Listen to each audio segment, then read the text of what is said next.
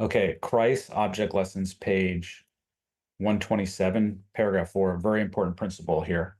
In every age, there is a new development of truth, a message of God to the people of that generation. The old truths are all essential. New truth is not independent of old, but an unfolding of it. It is only as the old truths are understood that we can comprehend the new. Did you see that? It is only as the old truths are understood. Nobody is going to get the latter rain message that doesn't have a deep appreciation and strong belief in the old truths. When Christ desired to open to his disciples the truth of his resurrection, he began, quote, at Moses and all the prophets, and expounded unto them in all the scriptures the thing concerning himself, close quote. That was Luke 24, verse 27. But it is the light which shines in the fresh unfolding of truth that glorifies the old. He who rejects or neglects the new does not really possess the old. For him, it loses its vital power and becomes but a lifeless form. We as a people, those who profess to be of the SDA faith, believe that they have the third angel's message. But we need to be careful. We can think we have it, we can be self-deceived and not really have it, we can have it superficially. But to really possess it, we need to understand the old, we need to have an appreciation for the old. This is how God worked in the past. And the Bible says that God changes not, right? So comparing Christ Object Lessons 127, taking that principle, and let's compare it now to early writings, page 260. Those who rejected the first message could not be benefited by the second, neither were they benefited by the midnight cry, which was to prepare them to enter with Jesus by faith into the most holy place of the heavenly sanctuary. And by rejecting the two former messages, they have so darkened their understanding that they can see no light in the third angel's message, which shows the way into the most holy place. This quote will give you an appreciation for the shut door doctrine of 1844. The glorious light of the third angel's message had come, the Sabbath truth, the sanctuary message, the one true God message, the sealing message. These messages had begun to come in after the passing of time, but those who had rejected the prophetic periods, those who didn't come out of the churches under the second angel's message, those who therefore couldn't appreciate the midnight cry, which was just a modification of the first angel. It was also based on the prophetic periods too, with the addition of the types, understanding type and antitype. Specifically, the spring feast pointed to Christ's first advent. Therefore, the fall feast must point to his second advent. Those who had rejected all of these messages couldn't be benefited by the glorious light under the third angel. The third angel, granted, is a greater message, a more glorious message, there's just more to it than the former messages. But just like we had read at the end of this quote, but it is the light which shines in the fresh unfolding of truth that glorifies the old. He who rejects or neglects the new does not really possess the old. It is only in the middle of the paragraph, as old truths are understood, that we can comprehend the new. And in Adventism, there's a strange thing that has happened over the years where we have the third angel's message, but we've been hollowing out our foundation. We've been destroying the former messages. And we'll see that we may think we have the third angel's message, But do we really have it? One day we will have to appear in court before those in power and argue on behalf of our faith. Now, this quote is the context is the passing of time. Confusion came in. That's how it starts. Confusion came in. You can put parentheses after 1844. Confusion came in. It is true, but the third angel's message would have shed beams of precious light upon the two former messages, which are themselves to be reproduced in the proclamation of the last message, that is to lighten the whole earth with the glory of God. So let me give you the parallel here. In the previous quote, it was dealing with those who had rejected the first and second angel's message. They couldn't be benefited by the midnight cry. They couldn't therefore be benefited by the third angel's message, just like those who were rejected the message of John the Baptist couldn't be benefited by Christ or the preaching of the disciples at Pentecost. That's the class of people it was dealing with. Those who reject, the quote before was dealing with those who rejected the uh, first and second angel's message. Now, this is dealing with a different class of people. This is dealing with the actual Adventists who gave the first, second angel's message and then the midnight cry, but then didn't move on to the third. They fell off at a different point on the path. They started to rashly deny the light that was behind them. Think Ellen White's first vision. Now, this is important. This is especially important for us as Adventists because there's the fourth angel's message now, the last, aka the last message, that is to lighten the whole earth with the glory of God, also known as the latter rain message, also known as the loud cry of the third angel, also known as the refreshing from the presence of the Lord, all interchangeable terms. And we do not want to make the same mistakes as those who, after 1844, when confusion came in, when division came in, didn't advance into the third angel's message, which would have shed light on the former messages, and they started to reject the former messages and they fell off the path. Likewise, we want to move into the fourth angel's message. We want to move into the latter rain message. We want to move into the last message of mercy. And that message is going to shine light on the former messages in an even more powerful way than the third angel, because it's the loud cry of the third angel. Hopefully that makes good sense. And one really strong piece of evidence that we're under the proclamation of the fourth angel is the fact that we're learning about things like the 2520 and the 2450 in its particulars, the particular aspects of the first angel's message. All the pillars and pegs are being put back into this system of truth that we have. That's one great evidence that we actually are under the proclamation of this message, because that's what we should expect. You remember, you can't get the new except through the old. The new is an unfolding of the old. Now, Christ to the Laodiceans. Notice this. I'm going to start first on the left-hand side, John 6, verse 12. When they were filled, he said unto his disciples, gather up the fragments that remain, that nothing be lost. Revelation 3:17, because thou sayest, I am rich and increase with goods and have need of nothing, and knowest not that thou art wretched and miserable and poor and blind and naked.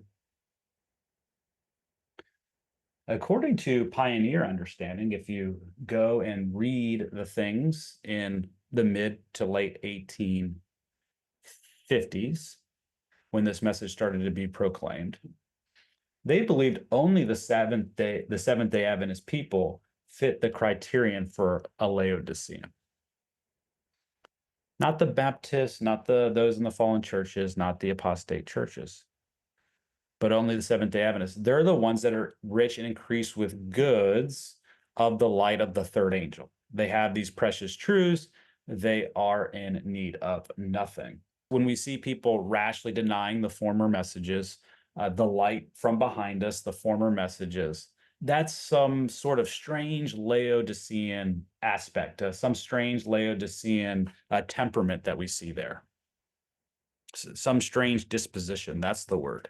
Why not embrace these messages that God gave to his people, and he gave them such extraordinary power to preach these messages, and that strengthen the message and strengthen the foundation and make us a more powerful movement? Why, what harm do these messages do? They actually strengthen the message. We need to accept the counsel to the Laodiceans. It's the Laodicean message which fits us to receive the latter rain message. It's a preparation message. And so let's gather up the fragments that nothing be lost, not even one little peg of truth. Gather up all the bread of life, all the truths that have come from God in the past. Let nothing be lost. Okay, the third angel strengthens the prophetic periods. So on the left-hand side, I have the 6,000 years, 2520, 2450, 2300 days. I have those on the left-hand side because those are the ones that harmoniously terminated on October 22nd, 1844. Now, interestingly, in Ussher's chronology, he has the beginning of the world on October 23rd. And he is the most a notable chronologer that there's ever been in human history. And pretty much everybody knows Ussher, and he has the beginning of the world on the 23rd of October. And the Adventists have the end of the world, so they thought, on the 22nd of October, right? Very interesting. That period, the 2520, the 2450, and the 2300 days, they terminate at that time. There are other prophetic periods too. If we move over to the right-hand side of the slide, we see 2,000 years. That terminated in 1842. I believe we will be getting to that in this presentation. We have the 1335, we have the 1290. We're familiar with these prophetic periods, the 1260, of course. Miller preached a 666, and there's also something called the seven months, or the 210 years, a not a pillar of the message by any means, but a little peg, something that we should take note of, something that does help strengthen this message. Not even a peg is to be removed. There's a domino effect. When you start pulling out pegs and pillars, the structure becomes compromised. There can be a structural collapse, even if you remove one peg. Okay, all of these prophetic periods under the light of the third angel, what I'm arguing for is under the light of the third angel, these shine even brighter.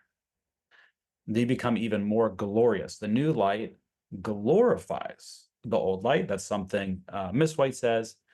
And also, the messages are to be given in their order, and the new light unfolds out of the old light. So the third angel's message is actually undermined when we just rashly deny things that were preached, things that were published in the past. Okay, so if you go to Daniel chapter 12, there is the taking away of the daily, and from there we date the 1290 and 1335. It's about the taking away of the daily abomination or daily desolation, setting up the abomination that maketh desolate, the taking away of paganism and setting up the papacy. I think we're all pretty familiar with this idea. The papacy began to reign in 538. That's where we date the 1260. And 508, 30 years prior, is where we date the 1290 and 1335. Okay? And so that is all found in Daniel chapter 12. And so how might the third angel, or let me say it, let me speak in the affirmative, how does the third angel strengthen those messages? Here's some things that that was not part of the Millerite preaching, as far as I know. So this is Clovis. He was the one that in 508 was baptized. He was the arms of the papacy. He was the one that helped uproot um, the papacy's enemies and help the papacy eventually become the head bishop in all of Europe. And Clovis's original symbol was very interesting, three frogs. And I learned this and I said, that's very interesting in light of Revelation 16. If you think of the sixth plague, it's three unclean frogs that bring everybody to the Battle of Armageddon. And one is represents the beast, the other the false prophet, and the other spiritualism.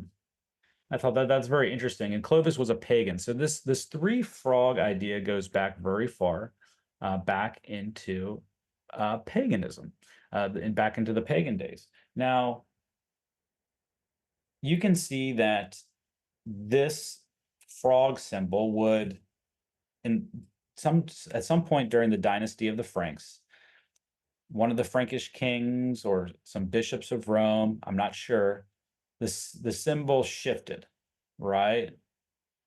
The symbol shifted. Now, just from a random Reddit user, he wrote this paragraph, and I thought it's worth investigating. So I'm going to share that with you now. What does he say about all this? The legend emerged that Clovis, the first Christian leader of the Salic Franks and founder of the Frankish kingdom, was granted the fleur de lis as the heraldic symbol delivered by an angel directly from God. This legend emerged centuries after Clovis lived, and he almost certainly wouldn't have recognized the fleur de lis as anything but a funny pattern.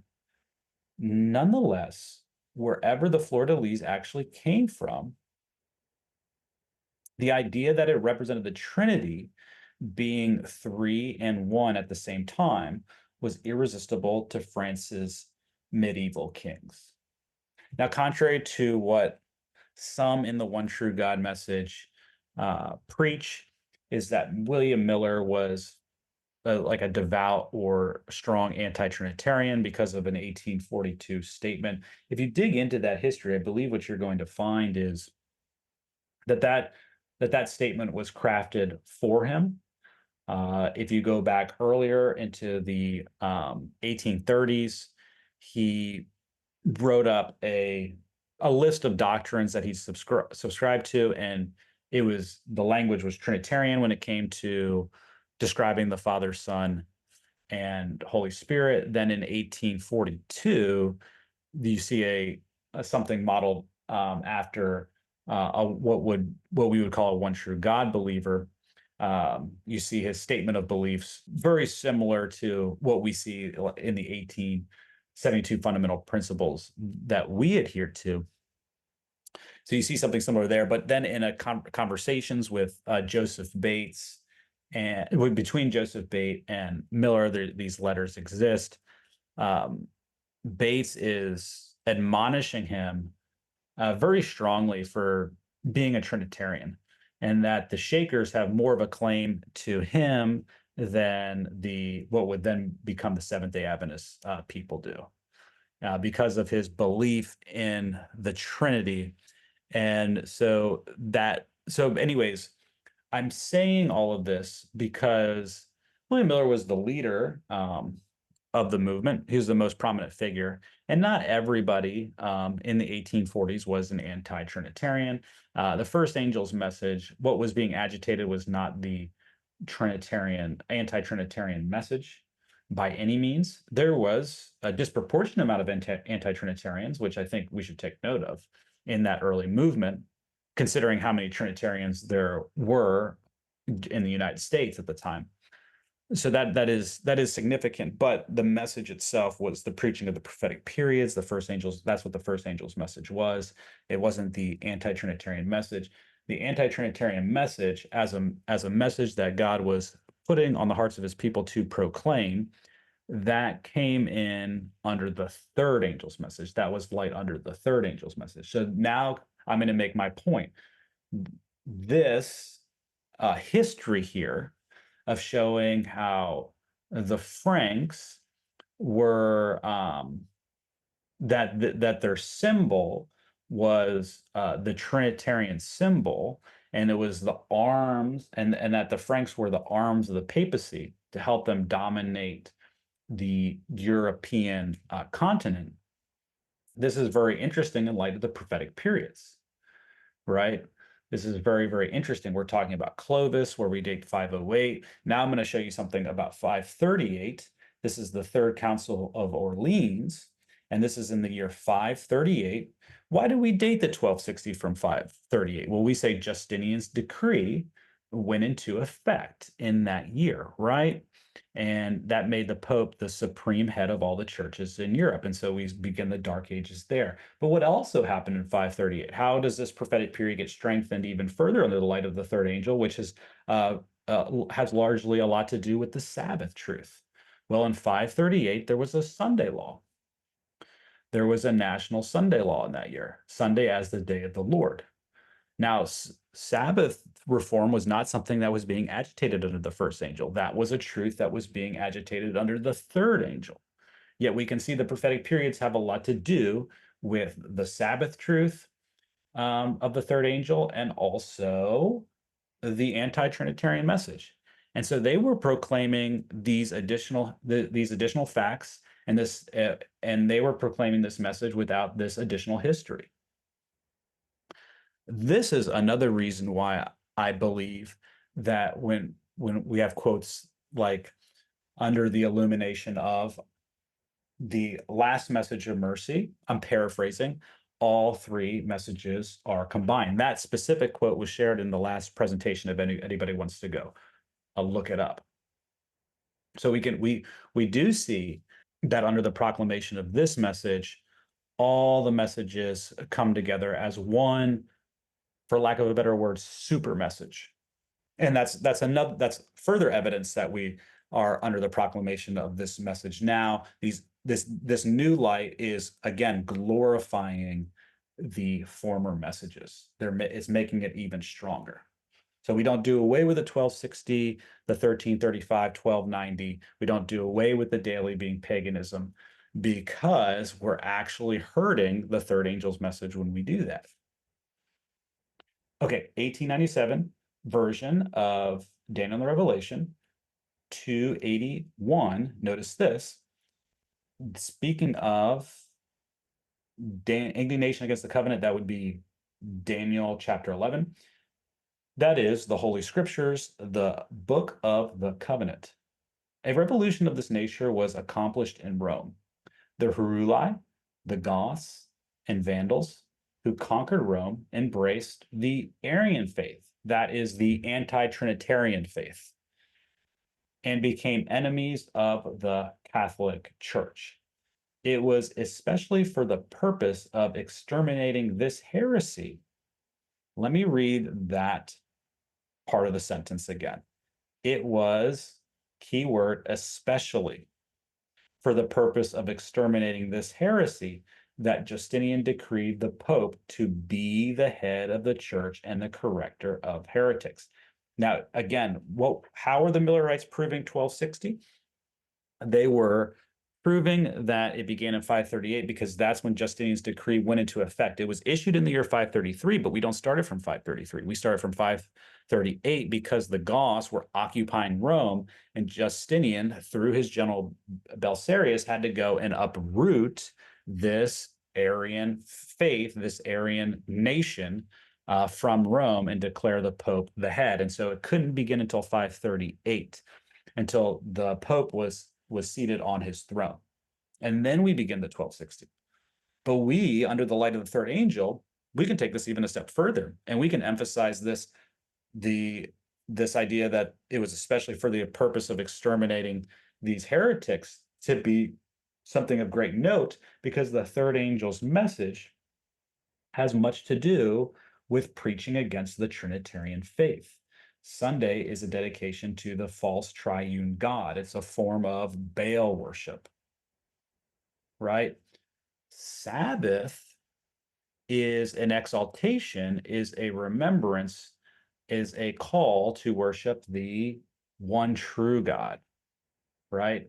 And so here is this old controversy being revived at the end of the world. This is further evidence that 538 is the date. We have a Sunday law going into effect that year. And also, when we look back in history, they had to kill off the anti-Trinitarians before the Pope could be the head of Europe. And the reason that he's being given this job and given this power is specifically to deal with this issue. Will this not be the same thing at the end of the world? Will the Pope not? The Pope objective is to regain control of the world. How did he do it the first time? Through a Sunday law and through exterminating anti-Trinitarians. And these truths go together. So again, we can see, hey, the 1260, the 1335, the 1290 at the taking away the daily in 508, these things are being strengthened. These things are being strengthened under the light of the third angel. And there's many an Adventist that say paganism is not the daily, it's Christ's high priestly ministry. Do you see how that just, do you see how that's such a big problem now? And that really, really undermines the faith. And woe unto them that would stir a block or move a pin of this message. There's a curse on you. There's a woe pronounced on you. That's what the angel says. Yes, it's true. Many that call themselves Adventists are underneath a curse. Continuing, the Bible soon came to be regarded as a dangerous book that should not be read by the common people, but all questions in dispute were to be submitted to the Pope.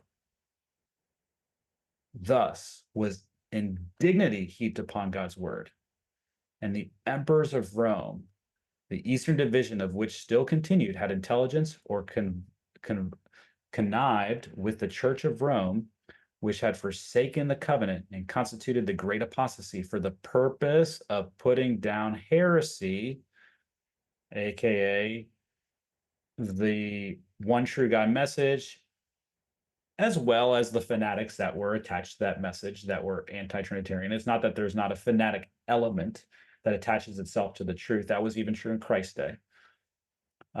So we shouldn't get that shouldn't be a stumbling block for us. The fact that they're being called Arians or anything like that. Continuing, the man of sin was raised to his presumptuous throne by the defeat of the Arian Goths, who then held possession of Rome in AD 538, and the destiny of Rome was settled in favor of the Trinitarian faith and not the Arian faith. And that was a hard-fought contest. Those were the two political factions of the day. So on this slide here, I have on the left hand just all the various famous Christians who believed in this doctrine. The very learned Joseph Meade, Calvin, Luther, and then people that lived a long time ago, like Irenaeus. Gibbon, in his Decline and Fall of the Roman Empire, speaking of the faith and character of primitive Christians, says the ancient and popular doctrine of the millennium was intimately connected with the second coming of Christ. As the works of creation had been finished in 6 days, their duration in a present state, according to a tradition which was attributed to the prophet Elijah, was fixed at 6,000 years. Okay, so throughout Christian history, even going back to the earliest days, they believed that the second coming of Christ was tied to the 6,000 year period. That's something that's popular today. That is something that Walter Veith is preaching. The 6,000 years is soon to terminate. That's something that's popular in the fallen apostate Sunday keeping churches. They believe in this doctrine too, many of them.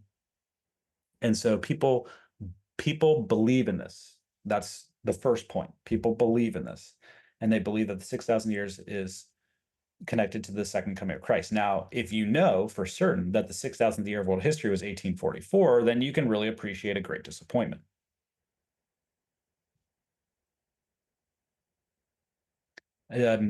Josiah Litch says this: "It appears to me that this argument in favor of the nearness of the great Sabbath will have its influence where no other will.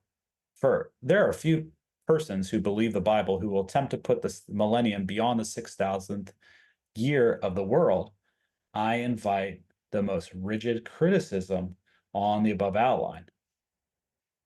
Now, that is what most people believe. However, upon further review of the Bible, if you understand the third angel's message and what it signifies and what it means, you do end up realizing that the second coming of Christ does not coincide with the 6,000th year of world history, that the termination of that period happens prior uh, to the second coming in order to make room for a pre-Advent judgment, what we call an investigative judgment.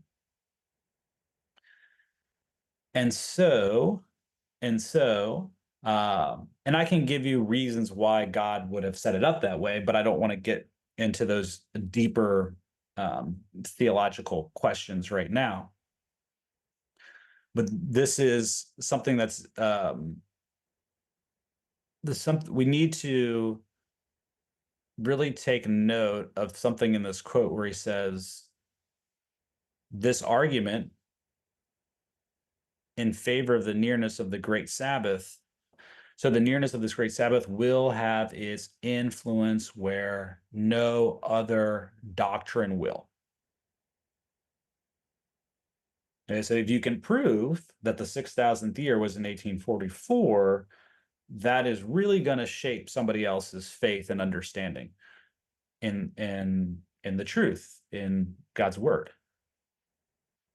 And you really open up the way for a lot of other teachings, and you really establish an authority with that person if you can show them this. And again, it's one of the easiest things to prove. Continuing, Miller, he's going to echo this sentiment of Josiah Litch. "Surely all must agree that the weight of testimony is in favor of that chronology, which makes the year of Christ's birth, according to our computation, 4,157 years after the creation or fall of man. Then by adding 1843, we have our 6,000 years up to the commencement of the day of rest, or the beginning of the 7,000th year, or the great Sabbath, of which our seventh day is but a shadow." Notice this: what strong evidence is this that we are now living at the end of the 6,000 years, in which the work of redemption must be completed, and the glory of God be revealed in the face of Jesus Christ at his appearing and his kingdom. You can see that the belief in the 6,000 years this is what's getting them to sell the farm. This is what's getting them to go all in. This is great evidence. This is having its influence where nothing else will. And again, it's quite simple. So what is the quick way to show somebody this? Well, I'm going to put up Usher's timeline. Again, he is somebody that people will appreciate. He is authority with most people that study the subject, and Miller. And I have these different epochs of time, and these are the ones that the chronologers use, and these are the ones that are agreed upon.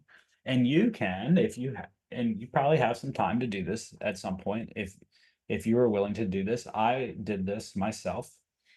I added up the numbers between of the different patriarchs. So if you look at in the antediluvian era, if you add it up, it's 1,656 years. You aren't going to get any sort of discrepancy between all the various chronologers. You're going to come to this date too. You can come to the conclusion that yes, it's an absolute fact that the Bible teaches that from creation or the fall of man, to the flood is 1,656 years. Now, we've already knocked out a big portion. We've already knocked out a big portion of the 6,000 year period. Again, there's just no discrepancy there. And people can do the basic arithmetic for themselves. It's just a matter of fact. Trust but verify. Go verify it for yourself. There's a reason why nobody disagrees. Okay, so there is so you have that. So you have the flood, and then you go now that's the antediluvian world. Now we're on the other side of the antediluvian world. The flood has happened, and how many years until Abraham leaves the Babylonian area? And you're going to get 427. And so Usher has that, Miller has that, everybody has that. Then the Bible makes it really easy because then there's prophetic periods. There's the 430-year period. It overlaps with the 400-year period. And so all the way down to the Exodus, you have 430 years, right? And then you have 40 years in the wilderness, and then this is where the discrepancy comes in. It comes in the time span of the judges. All right, because after they go and inherit the land, after they leave Egypt and they wander around for 40 years, then there's going to be a time span of the judges for a few centuries. And then you're going to have Samuel's ministry, which is about 20, 25 years. And then you're going to have 40 years for Saul, 40 years for David, 40 years from Solomon. And then this king ruled for this many years, and this king ruled for this many years, and this king ruled for this many years. Now we have history to corroborate, too, as a second witness. So once you get to the kings of Israel, and once you get to the kings of Judah, you also have the reigns of Nebuchadnezzar and other kings of that era that can corroborate. So there's no discrepancy on that side. The only place where there's this large discrepancy is in the time span of the judges. Then there becomes a huge discrepancy of over 100 years. And so that's why some people are saying, well, it terminated back in 1844. Others are saying, well, it's 2027, or maybe a little bit beyond that. This is where the discrepancy comes in. But notice this: we don't have to guess at it, because the Bible tells us the time span of the judges, Acts 13:20, and after that he gave unto them judges about the space of 450 years until Samuel the prophet, about 450 years. Now, if you go, and this is my mathematics right here. I noticed that in the writings, Miller said 448. So I went, and we have Josephus for the elders and anarchy. So I used the 18 years for that. And then for these various people, I went to the Bible, and it said 8 years, then 40 years, then 18 years. Then, for Ehud and Shamgar, it said 80 years. And then it had 20-year period. And then Deborah, 40-year and 7. And I just wrote them all down, and I added them up, and I got 448. I said, okay, I see why Miller has 448. And then Miller says it's about the space of 450 years. And then that's it, right? You have New Testament Paul saying this. You can go add these up yourself. You have 448. You have Miller saying this. And it's really that simple. And so when you just plug that back in, if you can use Usher's 295, which will take you to 1997, or you can use Miller's 448, and that takes you to 1844. So if you just use this basic inspiration, and if you're just willing to get a little chart together and go through it yourself, and you can ask the other person to go through it with themselves too, you're going to see that it's 1844, right? And that's all that's going on. That's all that's going on here. It's just the only discrepancy falls in the time span of the judges. Right? And so without a shadow of a doubt, the 6,000 years terminates around this period of the world. And so there you have it. This is why they preached this message that the 6,000 years was going to terminate in 1844. So again, you have Acts 13:20. Look how clear this language is. And people they just will not accept this plain language. And after that, he gave unto them judges about the space of 450 years until Samuel the prophet. And you go and add it up, and it's 448. Case closed, right? The Bible is saying that the actual time span of the judges, it's recorded, so you can get it there. But then we have Paul saying what it is as well, and that's what it is. And so you really have to twist the scriptures to get it to say something else, right? And so again, um, coming back here, the Bible is just so very clear. It just records everything. Um, it just records all the years, and you just have to be willing to do the arithmetic and add it all up. And if you do, it comes to 1844. Now that also harmonizes with the 2520, the 2450, the 2300 days, the 1335, and all these various periods that also harmoniously terminate. And because of that, the Millerites did what they did. That's why they did it. And it's only the third angel that can explain the disappointment or explain that away all the confusion that came in after 1844. So this was the question that needed to be answered. There are few persons who believe the Bible that will attempt to put the millennium beyond the 6,000th year of the world.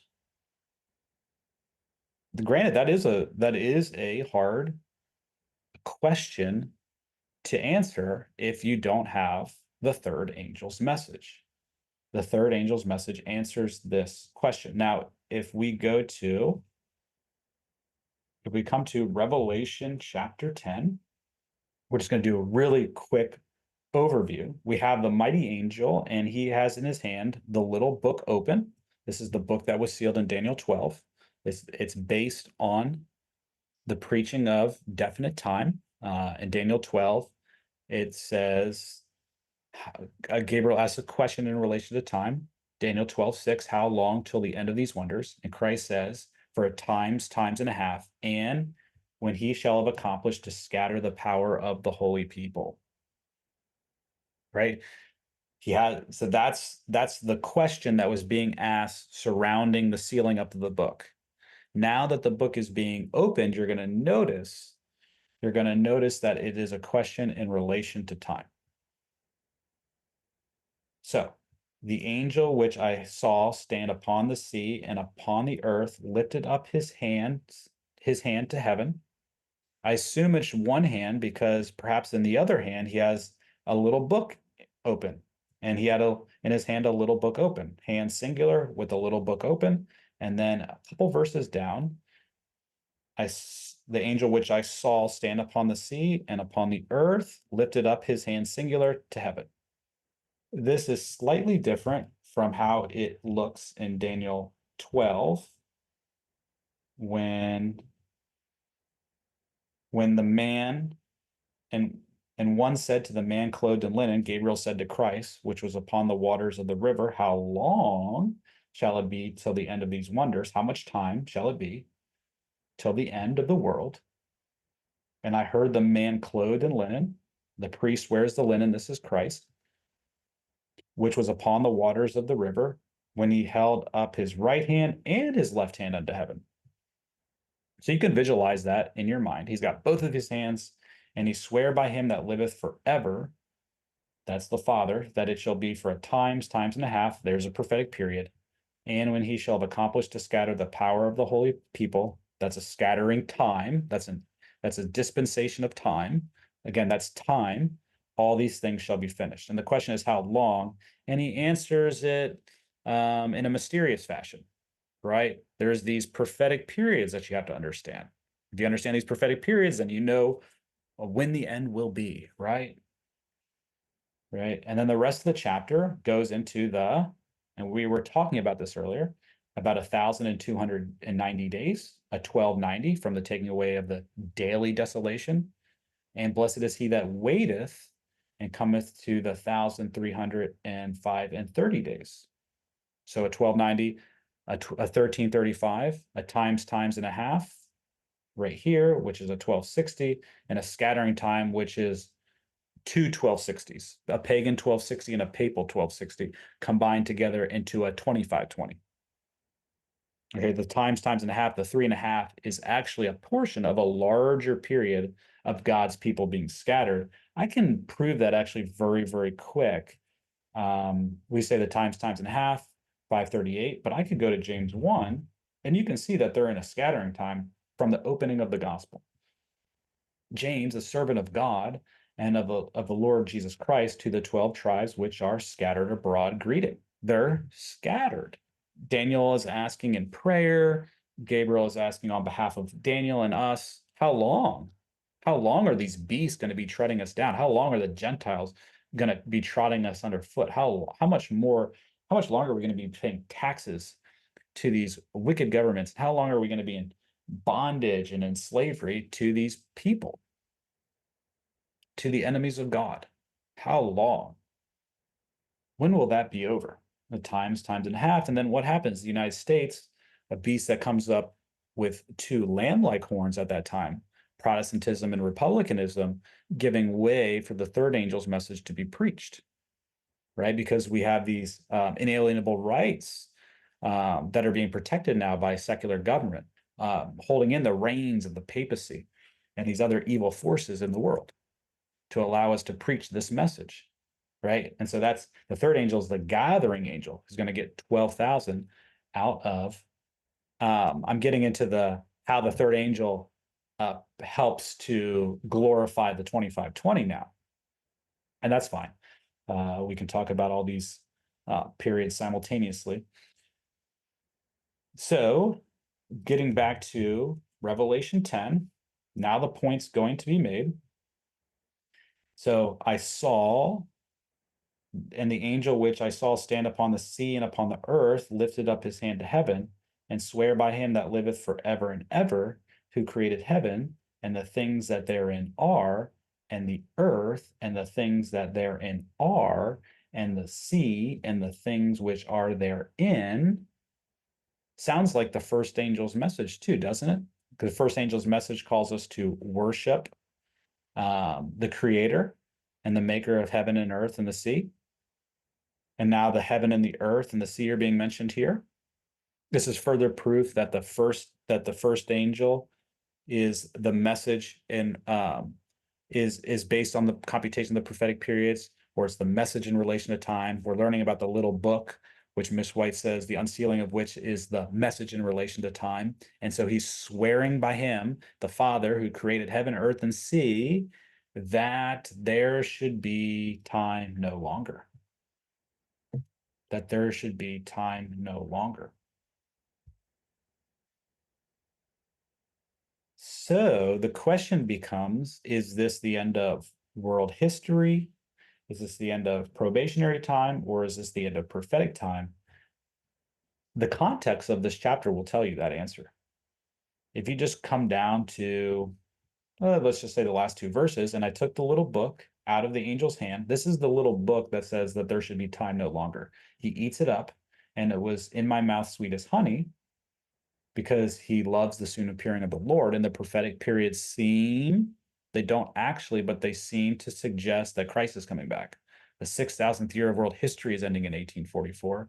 And as soon as I had eaten it, my belly was bitter because there's this epic disappointment. And Christ didn't come back. And now I have to figure out why my stomach is so bitter. It tasted really good, but it left me feeling my stomach feeling upset.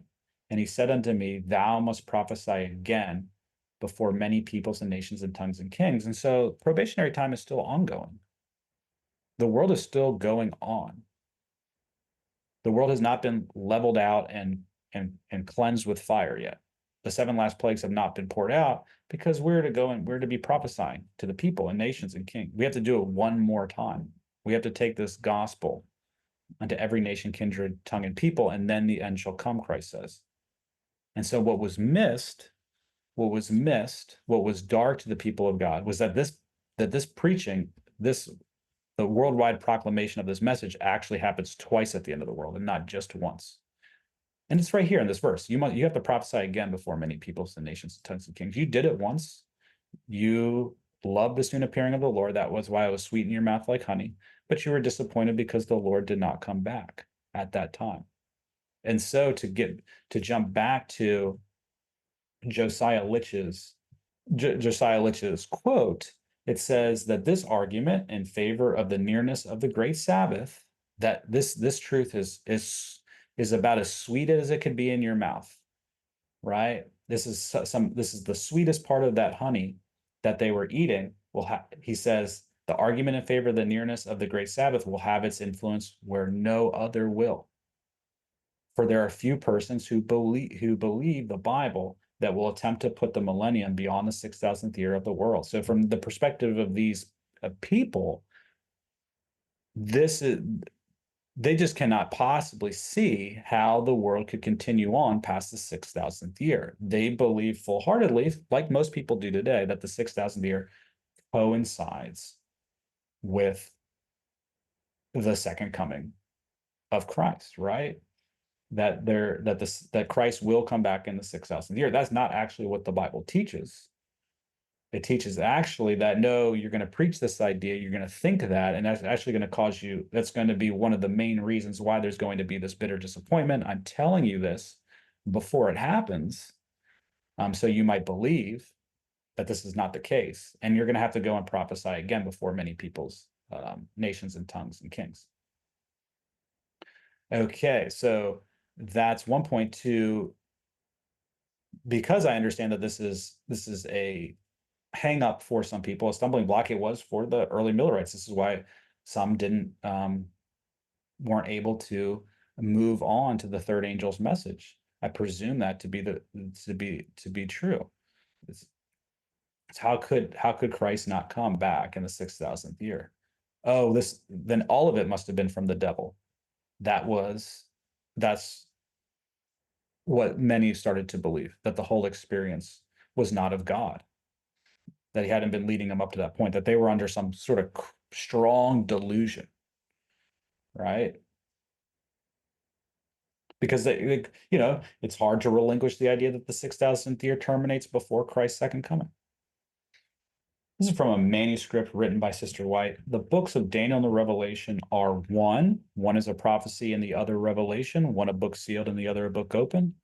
John heard the mysteries which the thunders uttered. This is Revelation 10. We were looking at this chapter, not this particular verse, but we'll go back and get it. John heard the mysteries which the thunders uttered, but he was commanded not to write them. How come?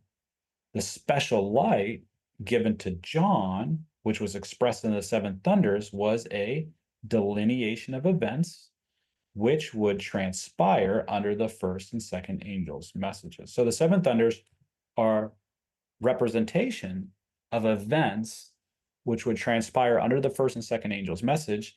And here's the explanation why John was told not to write them. It was not best for the people to know these things, for their faith must necessarily be tested. In the order of God, most wonderful and advanced truths would be proclaimed. The first and second angels' messages were to be proclaimed, but no further light was to be revealed before these messages had done their specific work. This is represented by the angel standing with one foot on the sea, proclaiming with a most solemn oath that time should be no longer. Okay, so the reason why the third angel's message wasn't given in advance was to actually allow for this disappointment to take place. It's almost as if God manufactured the disappointment. He takes responsibility for it. There was knowledge and understanding that he wasn't going to give the people because their faith must necessarily be tested. He wanted to see if they would still believe that he had led them up to that point, right? Otherwise, their faith would otherwise it wouldn't be faith, I suppose, or their faith is in vain. So he wanted to test their faith. He wanted them to see if they still trusted God, if they still believed that the things that they had been preaching were true. And then he gave them an explanation of those events. If we come to Revelation 10,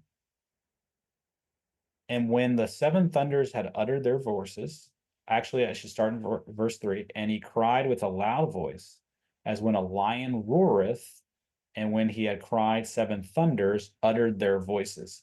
To get this idea from the Bible that these are a delineation of events, you go to Amos chapter 3, and you come down to surely the Lord God will do nothing, but he revealeth his secret unto his servants the prophets. The lion hath roared, who will not fear?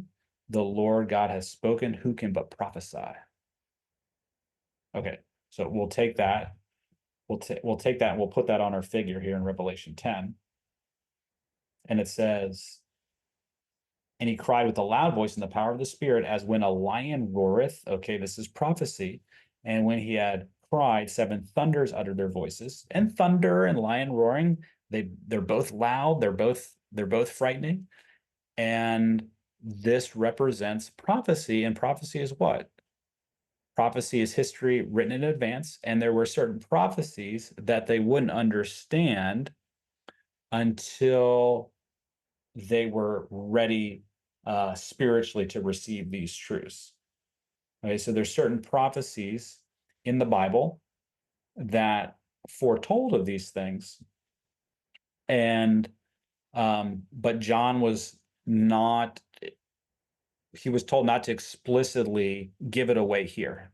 You've seen it. There are these prophecies here, but you're not going to give any further information on them.